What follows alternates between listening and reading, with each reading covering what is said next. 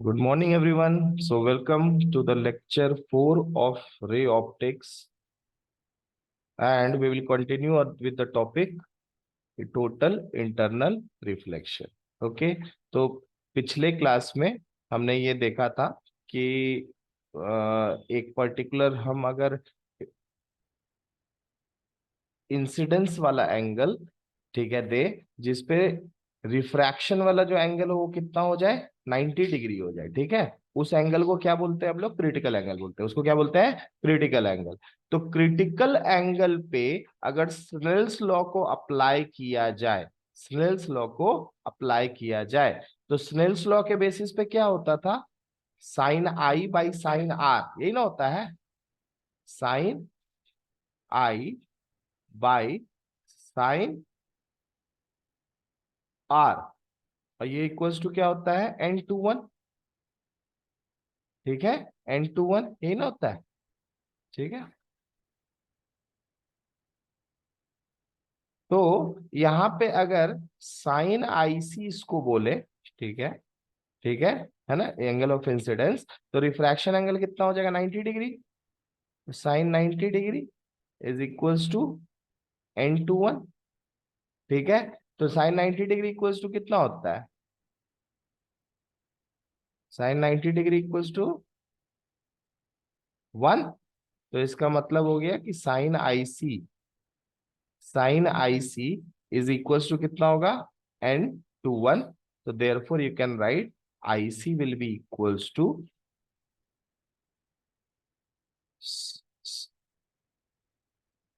कितना हो जाएगा बोलो? साइन इनवर्स n/2 होगा ना जी? ठीक है, क्लियर है मेरे ख्याल से, इसमें कोई दिक्कत नहीं है, समझ में आ गया? ओके, ठीक है, क्लियर है। साइन इनवर्स n/1 हो जाएगा, क्लियर है। मतलब refractive index of second medium with respect to first medium. अच्छा, फर्स्ट मीडियम कौन सा होगा? जिससे लाइट आ रहा होगा या जिससे लाइट जा रहा होगा?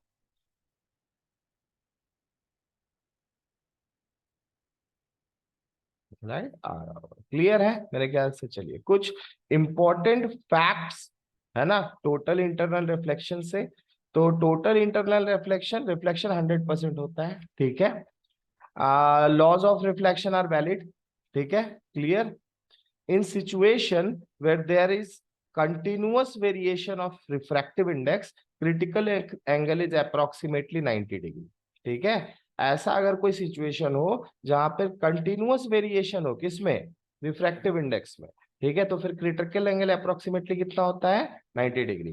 And bending of ray takes place if angle of incidence approaches 90 degree, ठीक है ना। बेंडिंग ऑफ रे कब होता है? जब एंगल ऑफ इंसिडेंस कितना हो जाए? जस्ट उल्टा केस सोचते हैं, उल्टा केस सोचते हैं, ठीक है ना, क्लियर है। While travelling successively from denser to rare, clear है, कोई दिक्कत? अब देखिए, क्रिटिकल एंगल इंक्रीजेस एंड, कहने का मतलब उल्टा सोचने बोल रहा है, इसको मतलब समझे ना। कहने का मतलब आपने आईसी इधर से दिया था, ठीक है, और इधर से क्या निकला आपका? रिफ्रैक्टेड रे निकला। तो यही बोल रहा है कि अगर कंटिन्यूअस वेरिएशन होगा रिफ्रैक्टिव इंडेक्स में, तो क्रिटिकल एंगल किसके अप्रोक्सीमेट हो जाएगा? 90 डिग्री के अप्रोक्सीमेट हो जाएगा, ठीक है। Critical angle increases with the increase in temperature of the medium, very important, ठीक है। Critical angle depends on nature of medium, temperature of medium and wavelength of light. तीन चीज पे डिपेंड करता है, किसकी किस पे, समझ गए? नेचर मीडियम का, मतलब मीडियम कौन सा, इस पे डिपेंड करेगा। दूसरा टेम्परेचर मीडियम का, और तीसरा कौन सा लाइट है, मतलब लाइट किस वेवलेंथ का आ रहा है, ठीक है। अच्छा, air bubbles in glass appear silvery due to total internal reflection, कोई दिक्कत है ना। तो एयर बबल्स जो ग्लास पे सिल्वरी अपीयर होते हैं, ये किसके फिनोमेना की वजह से होता है? टोटल इंटरनल रिफ्लेक्शन से। डायमंड क्यों चमकता है? डायमंड शाइन क्यों करता है? क्योंकि उसके अंदर जो लाइट घुसता है ना, वो टोटली इंटरनली रिफ्लेक्ट होते रहता कंटिन्यूअसली, ठीक है। बोलते हो ना हीरे को तराशना, तो हीरा को ऐसा तराशा जाता है कि एक बार लाइट उसके अंदर घुसे तो प्रॉपरली क्या हो, उसके अंदर टोटली इंटरनली रिफ्लेक्ट ही करते रह जाए। तो लाइट घुसा तो उसके अंदर क्या हो गया, ट्रैप, इसीलिए। और जितना लाइट घुस, तुम जितना अच्छा रोशनी में रखोगे हीरो, उतना और क्या होगा, चमकेगा। क्लियर है ना, जितना उसको, क्योंकि वो लाइट जो उसके अंदर हो तो ट्रैप्ड हो जाता है due to total internal reflection. Clear है, समझ रहे हो ना। तो ये सारा एप्लीकेशन है आपका। ठीक है, अभी ये सब हम लोग इसके बारे में जानेंगे। ठीक है, क्लियर। ओके, तो नेक्स्ट इसको समझ लेते हैं थोड़ा सा। तो ये आपका deviation versus angle of incidence graph for a रे ट्रैवलिंग, ठीक है ना। तो देखो, ये आपका आई था एंगल ऑफ इंसिडेंस, और ये आपका क्या हुआ, एंगल ऑफ रिफ्रैक्शन। नॉर्मल सब आता है, bends away from the normal, जब डेंसर से रेयर में मूव करेगा तब। ठीक है, अब देखो ये जो एंगल हुआ यही क्या होगा, शिफ्ट हो गया आपका, डेविएशन हुआ आपका, है ना। नहीं तो लाइट अगर सीधा सीधी पार करता तो इस पाथ से जाता। तो डेविएशन जो आया उसका नॉर्मल पाथ ऑफ लाइट से, वो क्या हो गया आपका, डेविएशन। क्लियर है। अब देखो, अगर हम यहाँ पे देखो, अगर ध्यान से, अगर यहाँ पे हम लोग, ठीक है, क्या कहते हैं, क्रिटिकल एंगल के टर्म्स में सोचे तो क्रिटिकल एंगल कितना होगा, 90 डिग्री। ठीक है ना। तो आपका क्रिटिकल एंगल्स के टर्म्स में अगर एंगल ऑफ रिफ्रैक्शन कितना हो जाता है, 90 डिग्री हो जाता है। ठीक है ना, क्लियर है। तो क्रिटिकल एंगल देखो, यहाँ पे क्रिटिकल एंगल को सी लिया है। ठीक है, ध्यान देना, क्रिटिकल एंगल को क्या लिया है, सी। तो कंफ्यूज मत करना, क्रिटिकल एंगल आपका क्या है, सी। ठीक है ना। तो क्रिटिकल एंगल सी होने के पे क्या हो जाएगा आपका, पाई/2 माइनस डेविएशन क्या हो जाएगा, पाई/2 माइनस। ठीक है, क्लियर है। तो क्रिटिकल एंगल हम जो ना यहाँ पे लेंगे तो सी का वैल्यू। ठीक है। अच्छा, deviation versus angle of incidence graph when TIR is not taking place, है ना, जब total internal reflection take place नहीं कर रहा है तब के बारे में बोल। ठीक है ना, क्लियर है ना। टोटल इंटरनल रिफ्लेक्शन होगा तो सेम मीडियम में आ जाएगा ना फिर तो। क्लियर है ना, तो फिर वहां पे रिफ्रैक्शन उत्पादक है। तो क्लियर है, कोई डाउट। अच्छा, और देखो ये वाला नेक्स्ट एक, ये आपका टोटल इंटरनल रिफ्लेक्शन का केस हो गया। अब यहाँ पे डेविएशन एंगल ये डेल्टा है ना। डेविएशन एंगल कितना है, डेल्टा है। अच्छा देखो ये कैसे निकला, इसको भी समझ लो। ये डेविएशन एंगल था ना बेटा, और ये आपका क्या था, आई, एंगल ऑफ इंसिडेंस। ठीक है, अब देखो इसमें ध्यान दो, तो ये वाला पार्ट जो आपको दिख रहा है, ये वाला एंगल, ठीक है, क्लियर है ना, ये वाला एंगल, ये वर्टिकली अपोजिट एंगल, मतलब ये एंगल ऑफ इंसिडेंस है। क्लियर है ना। तो डेविएशन का वैल्यू कितना होगा, refraction angle minus angle of incidence. जब क्रिटिकल एंगल लेते हैं तो फिर आर्क क्या हो जाता है आपका, 90 डिग्री। और ये क्या होता है, क्रिटिकल एंगल। तो यही लिखा है पाई/2 माइनस सी, डेविएशन। समझ रहे हो ना।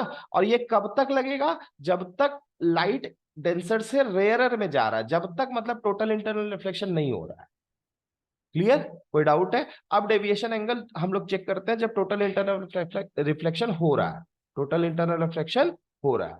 क्लियर है। अब थोड़ा सा यहाँ पे देखो तो क्या फॉर्मूला बनेगा, थोड़ा सा अपने से भी सोचो।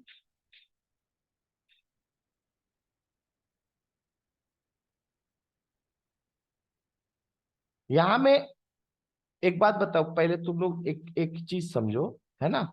यहाँ पे क्या कोई एंगल तुमको लग रहा है कि बराबर बराबर होगा,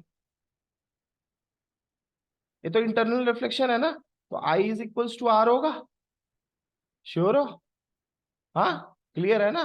तो फिर यहाँ पे तुम क्या बोल सकते हो, यहाँ पे बोल सकते हो, यहाँ पे तुम्हारा डेविएशन कितना होगा,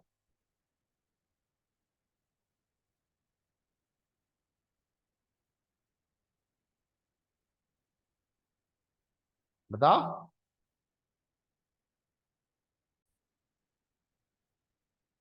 ठीक है, तो मेरे ख्याल से समझ में आ जाएगा। ठीक है, angle of incidence, angle of, ये दोनों बराबर है। ठीक है, और ये वाला टोटल एंगल जो यहाँ से यहाँ तक का, ये कितना है, 180 डिग्री।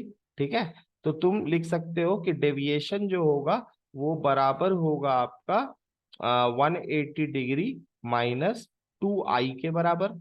या फिर ये एंगल ऑफ रिफ्लेक्शन दोनों बराबर ही रहेगा ना, internal law of reflection follow होगा। तो इसका मतलब है कि दोनों बराबर होगा, क्योंकि angle of incidence angle of reflection बराबर होता है। कोई दिक्कत, क्लियर है, समझ में आ गया। अब चलो, ये चीज अब देखो, ये इसका भी ग्राफ दिया हुआ है। ये बोल रहा है कि क्रिटिकल एंगल पे आपका हो जाएगा पाई-2c, पाई-2c, ठीक है। अब ये क्रिटिकल एंगल पे है, एंगल ऑफ इंसिडेंस, और ये है डेविएशन, ये क्या है आपका डेविएशन, ठीक है। उसके बाद अगर आप क्रिटिकल एंगल को बढ़ाते हो, एंगल ऑफ इंसिडेंस को क्या करते हो, बढ़ाते हो, है ना। बढ़ाते को मतलब कि जो क्रिटिकल एंगल था उससे एंगल ऑफ इंसिडेंस को बढ़ाओगे, तो आप देखोगे डेविएशन धीरे धीरे क्या होता है, घटना स्टार्ट करेगा। और जब पाई/2 पे आप पहुंच जाओगे, कौन से एंगल पे पहुंच जाओगे, एंगल ऑफ इंसिडेंस कितना हो जाएगा, पाई/2, है ना, मतलब एकदम प्लेन से,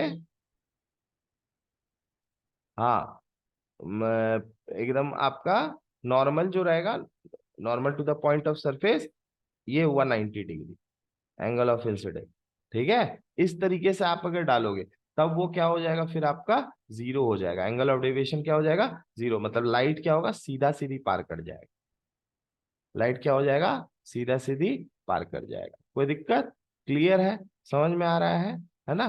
तो ये चीज है, तो मतलब एंगल ऑफ डेविएशन क्या हो जाएगा, जीरो हो जाएगा, कब, जब एंगल ऑफ इंसिडेंस कितना हो जाएगा, वैल्यू आपका पाई/2। कोई दिक्कत है ना, normal to the point of incidence, ये नॉर्मल हुआ, कोई दिक्कत है ना, क्लियर। 0 डिग्री पे तो जाता ही था, वो तो सीधा सीधी है ना, अगर आप है ना लेकर के करेंगे तो कितना हो रहता था एंगल ऑफ इंसिडेंस,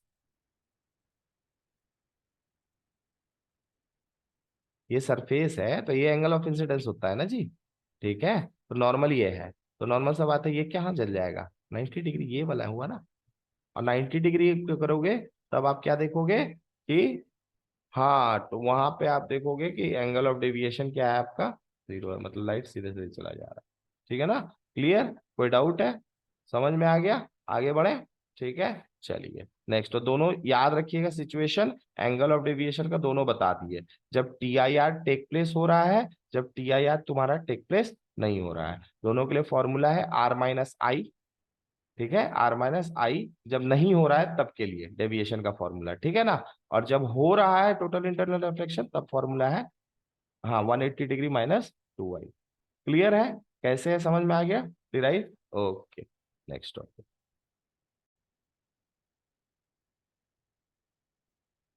ठीक है, क्लियर है यहाँ तक मेरे ख्याल से। तो नेक्स्ट टॉपिक, तो एंगल ऑफ डेविएशन हमने इसमें चेक कर लिया है। अब एंगल ऑफ डेविएशन, अगर आप, अच्छा, एक एंगल ऑफ डेविएशन जब रेयरर से डेंसर मीडियम में जाएगा तब, ठीक है, तब का ग्राफ ऐसा है, तो आप ग्राफ का ध्यान दीजिएगा। यहाँ पे ग्राफ दिख रहा था आपका, है ना, सी का वैल्यू बढ़ने से बढ़ा, यहाँ पे थोड़ा अलग इंटरनल रिफ्लेक्शन के केस में।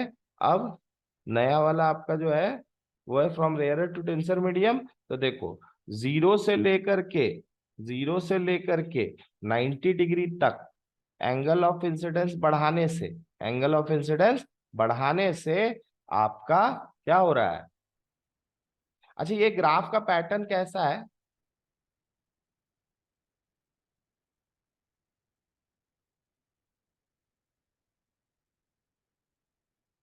हाँ, ठीक है, पाई/2 तक आप इस, हाँ, कहने का मतलब ये है कि थोड़ा मैथमेटिकल टर्म्स में किस तरह का ग्राफ है, प्रोपोर्शनैलिटी के हिसाब से वो थोड़ा बताना, ठीक है ना। तो वो ये को, चलो अभी आप पहले देख लो, डेविएशन बराबर कितना है, वो भी बता सकते हो, ठीक है। डेविएशन बराबर कितना है, पाई/2 -sin−1 mu r d। Mu r d का मतलब समझ रहे हो ना, आर मतलब रेयरर मीडियम के लिए यूज किया है, और हाँ, डेंसर मीडियम के लिए यूज किया है, ठीक है। तो उस साइन इनवर्स उस एंगल को बोल रहा, तो म्यू क्या है आपका, रिफ्रैक्टिव इंडेक्स, यहाँ एन के जगह पे म्यू किससे रिप्रेजेंट किया है, म्यू से, ये रिफ्रैक्टिव इंडेक्स है, ठीक है, ये क्या आपका रिफ्रैक्टिव इंडेक्स है, कोई दिक्कत, ठीक है। तो आप देख सकते हो कि पहले जीरो पे जीरो ही है, ठीक है, 0 डिग्री है तो एंगल ऑफ सीधे सीधे पार कर जाएगा, लेकिन जैसे जैसे आप बढ़ाते जाओगे, ठीक है, इस तरीके का एक ग्राफ मिलेगा, ठीक है, क्लियर है ना। डाउट इसमें, समझ में आया, और सबसे ज्यादा एंगल ऑफ डेविएशन कहाँ मिल रहा है, 90 डिग्री, कहाँ पे मिल रहा है, 90 डिग्री, इसके बाद फिर, है ना, 90 डिग्री से ज्यादा एंगल ऑफ इंसिडेंस करोगे तो दूसरा मीडियम में चलो, फिर तो वही बात होगी ना, डेंसर से रेयरर में चल गया, क्लियर है ना। तो डेंसर से रेयरर वाला तो केस ये वाला था, अभी दो ठोकर क्लियर है, एंगल ऑफ डेविएशन। और ये कब हुआ, जब डेंसर से रेयर। क्लियर, कोई डाउट इसमें, समझ में आ गया? ओके, नेक्स्ट टॉपिक, नेक्स्ट आज क्वेश्चंस करवाएं। ओके, तो थोड़ा इलेस्ट्रेशंस देखते हैं, अच्छे से इसको समझते हैं। A small luminous body at the bottom of the pool of water, जहां ये आपका दे रखा है, ठीक है, रिफ्रैक्टिव इंडेक्स दे रखा है, ठीक है, D metres deep, emit rays upward in all directions, है ना, emit rays upwards in all directions. A circular area of light is formed at the surface of water. Determine radius of the circle of light. ठीक है, ठीक है ना। तो देखिए एक इलस्ट्रेशन है, इससे आप लोगों को कुछ कुछ चीज भी समझ में आएगा, उस न्यूमेरिकल्स बताते हैं, वो काम भी आएगा, ठीक है ना। अब देखो, आ, ये बोल रहा बॉटम ऑफ द पूल बोल रहा है ना, बोल रहा है ये एयर है, इधर वाटर है, ठीक है, ये वाटर है, ये आपका मान लेते हैं कि एंगल ऑफ इंसिडेंस है ना। तो एयर वाटर डिवाइड कर दिया है। अब देखो ये हो गया नॉर्मल, ये वाला क्या हो गया, नॉर्मल, ठीक है। अब normal angle of incidence critical angle पे रहेगा, तो नॉर्मल से बात है कहाँ चला जाएगा, 90 डिग्री। एंगल ऑफ रिफ्रैक्शन कितना हो जाएगा, 90 डिग्री, है ना। तो सर्कुलर एरिया इज फॉर्म, क्या बोल रहा है, small luminous body at the bottom of the pool of water mu is equals to 4/3 D metres deep, ये भी याद रखना। तो यहां से यहां तक क्या है आपका, डी मीटर्स है, तो ये आपका ऑब्जेक्ट हो गया, ये क्या हो गया, ऑब्जेक्ट। तो ऑब्जेक्ट से एंगल ऑफ इंसिडेंस जो था नॉर्मल, वो क्या हुआ आपका 90 डिग्री, वही बोल रहा है emit rays upward in all directions, ठीक है, एमिट कहां कर रहा है rays, upward in all directions. A circular area of light is formed at the surface of water. Surface of water पे बोल रहा है कि एक इसका एक जो इमेज है ना, सॉरी ऑब्जेक्ट का ना एक इमेज फॉर्म हो रहा है, क्या फॉर्म हो रहा है आपका, है ना, circular area of light is formed at the surface of water. Determine R of the circle of light, है ना, सर्कल ऑफ लाइट का रेडियस तुमको पता करना है जो ऊपर में फॉर्म हो रहा होगा, ठीक है। तो बेसिकली इस तरीके का सोचो, जहां पे सर्कल आपका फॉर्म हो रहा होगा ऊपर, ठीक है, सरफेस पे आपका फॉर्म हो रहा होगा। अब फॉर्म्ड, देखो circular area is formed by the rays refracted into the air, ठीक है, for all angles greater than IC. Normal सा बात है, आई सारा एंगल्स क्या होगा, आईसी से बड़ा होगा, क्योंकि आईसी से अगर, हाँ आईसी से बड़ा होगा तभी ना टोटली इंटरनल रिफ्लेक्शन होगा, तब आपका क्या हो जाएगा, टोटल इंटरनल रिफ्लेक्शन हो जाएगा, है ना, आईसी से ज्यादा ले लेंगे। क्लियर है ना, आईसी से ज्यादा। तो for all angles greater than IC the rays are totally internally reflected. कोई दिक्कत, दस द सर्कुलर, क्योंकि उसी में है ना, पानी में ही है ना, तो उसी के सरफेस पे सोच रहे हैं। Thus the circular lighted area of radius R at the surface should form a cone at the luminous object O with angle 2IC।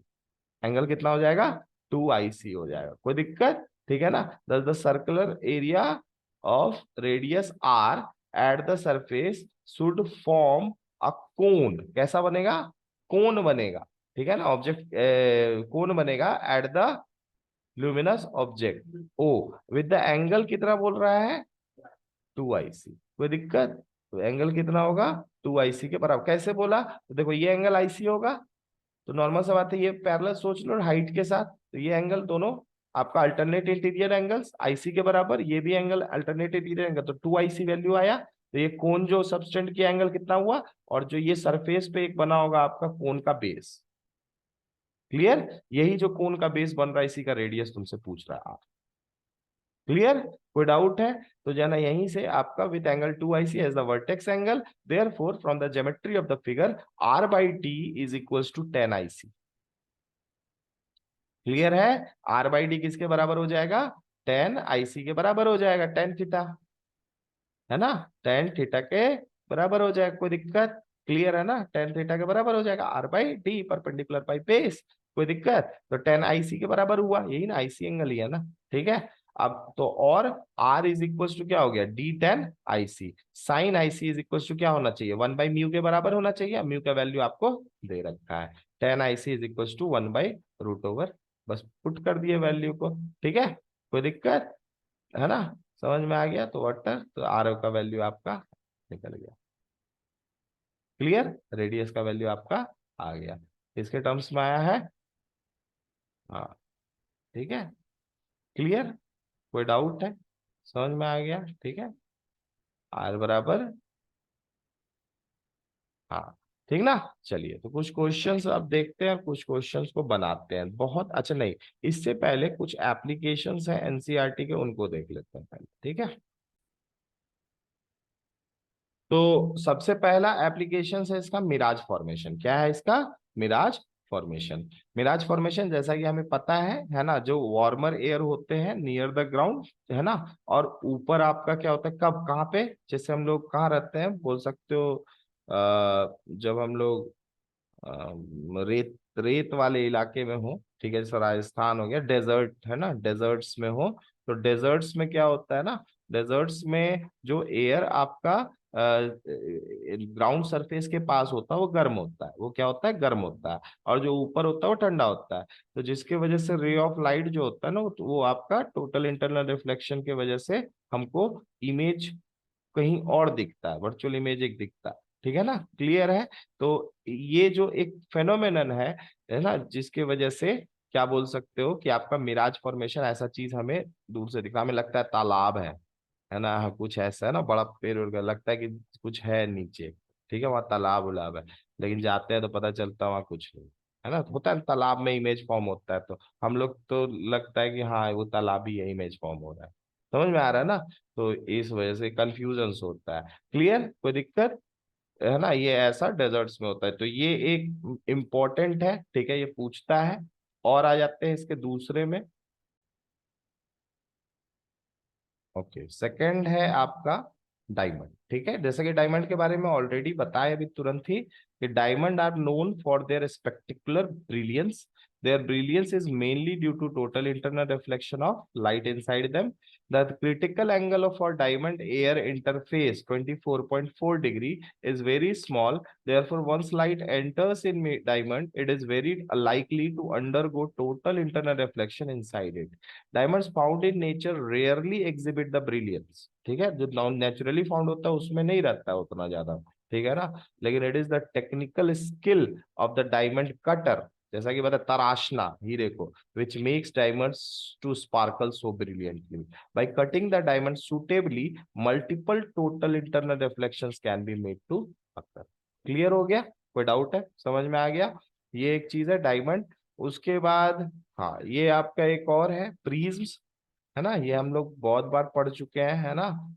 तो प्रिज्म एक फेनोमेनन है जिसमें हम लोग एंगल ऑफ, जैसे मान लो कि यहाँ से है ना, अंडर वाटर से देख रहे हैं बाहर के तरफ, ठीक है, बाहर के ऑब्जेक्ट को, तो अंदर से देखने की कोशिश करते हैं, ठीक है, तो इसमें एंगल जो हम लोग क्रिएट करते हैं, जो रिफ्लेक्शन, यहाँ पे भी टोटल इंटरनल रिफ्लेक्शन का प्रिंसिपल फॉलो होता है, ठीक है, क्लियर? कोई दिक्कत? तो ध्यान में रखिएगा, ये एंगल्स को याद रखिएगा, बेसिकली जो एंगल्स दिया है, क्योंकि ये एंगल्स पे क्वेश्चंस बनेंगे, ठीक है, कहने का मतलब है। तो जैसे ये तुम्हारा, आ, देख सकते हो, ये एंगल ऑफ इंसिडेंस हुआ, ठीक है, ऑब्जेक्ट का, और इमेज यहाँ फॉर्म हो रहा है, तो एंगल ऑफ इंसिडेंस जो हुआ वो आपका कौन सा है, ये 45 डिग्री, और यहाँ पे ये भी कितना है, 45 डिग्री। क्लियर है ना? कोई दिक्कत? तो यहाँ पे ये 45 है, और यहाँ पे आप देख सकते हो ये अलग तरीके का एक है ना, मान लो कोई, जैसे तुम इस तरीके का इस तरफ से देख रहे हो नीचे से, है ना, हमला, ऐसा भी सोच सकते हो, सबमरीन से। तो ऑब्जेक्ट को देखने के लिए यहाँ पे एंगल को कितना रोटेट किए, तो यहाँ पे अगर आप देखो एंगल ऑफ इंसिडेंस कितना है, angle, sorry, angle of incidence यहाँ पे कितना है, 45, 45, लेकिन एक बार और घुमा है, ठीक है, तो दो बार ऐसा सरफेस को क्रिएट किए, प्रिज्म्स क्रिएट किए, कि एक बार और घूम के, और जस्ट इन्वर्टेड उस कहाँ पे इमेज फॉर्म हो, मतलब वो इमेज मेरे को कहाँ पे दिखे, इमेज मेरे को दिखे जस्ट उसके नीचे में, सरफेस के, जैसे मान लो ये वाटर है, तुम पानी के नीचे हो, वो पानी के ऊपर है, तो अलग अलग तरह का प्रिज्म यूज कर सकते हो, ठीक है ना, क्लियर है? अलग अलग तरह का प्रिज्म, वही सब दिया हुआ है। तो prism design to bend rays by 90 degree and 180 degree, और to invert image without in with changing its size, makes use of total internal reflection. कोई दिक्कत? ये हो गया। और एक सबसे इंपॉर्टेंट फोर्थ वन, ठीक है, fourth one, that is your optical fibres. Nowadays optic, ये आपको देखो बेसिकली जो सिग्नल्स होता है, जैसे ये वाईफाई आपका लगा हुआ है ना, तो वो ऑप्टिकल फाइबर्स है। वो सिग्नल्स को बेसिकली ट्रांसमिट करता है। तो सिग्नल्स भी बेसिकली आप रेज ही सोचो, है ना, वो सिग्नल्स होता है इलेक्ट्रोमैग्नेटिक रेडिएशन ही। तो रेडिएशंस को वहां पे क्या करता है, टोटल इंटरनल रिफ्लेक्शन के थ्रू ये ट्रांसमिट होता है। क्लियर है? ऐसा उसको बनाया जाता है, अंदर में उसका जो डिजाइन होता है वैसा रहता है। तो nowadays optical fibres are extensively used for transmitting audio and video signals through, जैसे कि ये एचडीएमआई केबल भी आप सोच सकते हो, ठीक है, सिग्नल्स थ्रू लॉन्ग डिस्टेंसेस, ठीक है ना। Optical fibres to make use of the phenomenon of total internal reflections.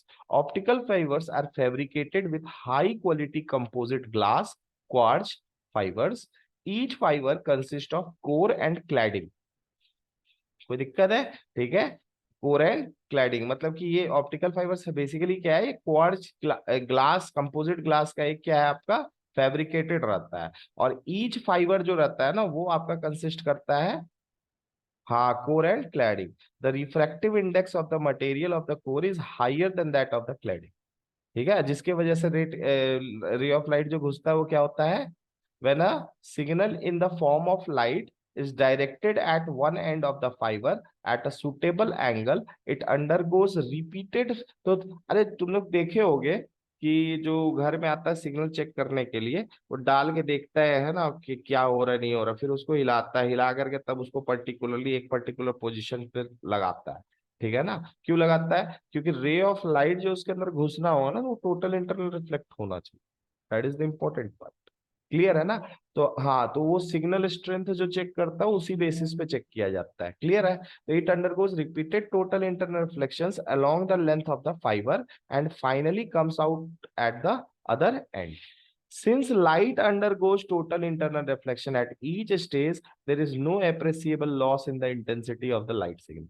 ठीक है, क्योंकि टोटल इंटरनल रिफ्लेक्शन हो रहा है, तो जो लाइट गया वो लाइट दूसरे तरफ से पूरा ही टोटल इंटरनल रिफ्लेक्ट होकर क्या हो जाएगा, दूसरी तरफ पहुंच जाएगा। तो इसका मतलब लाइट का कोई लॉस नहीं हुआ, मतलब सिग्नल का कहीं पे लॉस नहीं होता है, ठीक है। Particularly optical fibres are fabricated such that light reflected at one side of the inner surface strikes the other at an हाँ angle larger than the critical angle, ठीक है।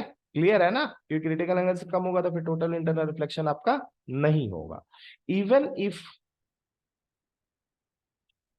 even if the fiber is bent, light can easily travel along its length. Thus, an optical fiber can be used to act as an optical pipe. A bundle of optical fibers can be put to several uses. Optical fibers are extensively used for transmitting and receiving electrical signals, which are converted to light by suitable transducers, ठीक है। Obviously, optical fibers can also be used for transmission of optical signals. For example, these are used as a light pipe to facilitate visual examination of internal organs. याद है? लगाते हैं ना, ठीक है।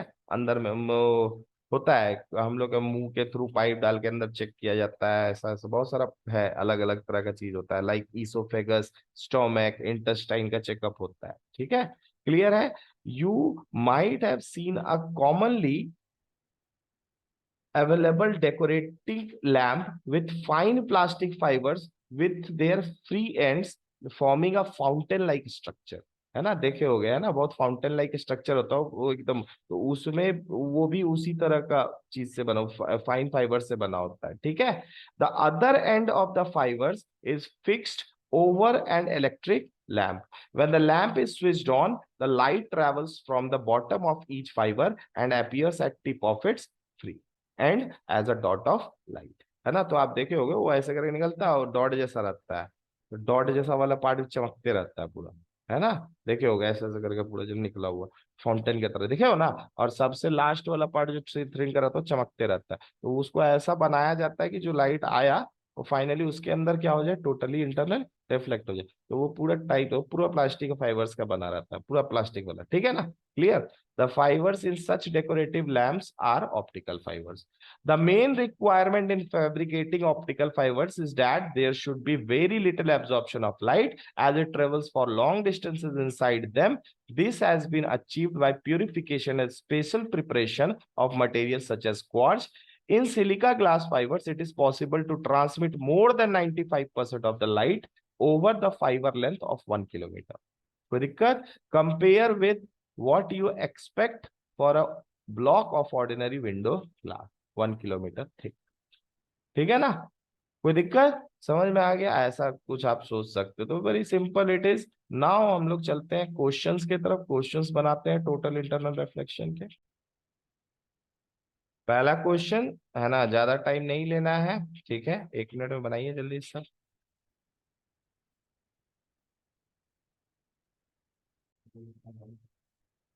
Okay, आप इसको होमवर्क ले लीजिए, ठीक है, नेक्स्ट क्लास में इसको हम करवा देंगे। Thank you everyone, bye bye, love you.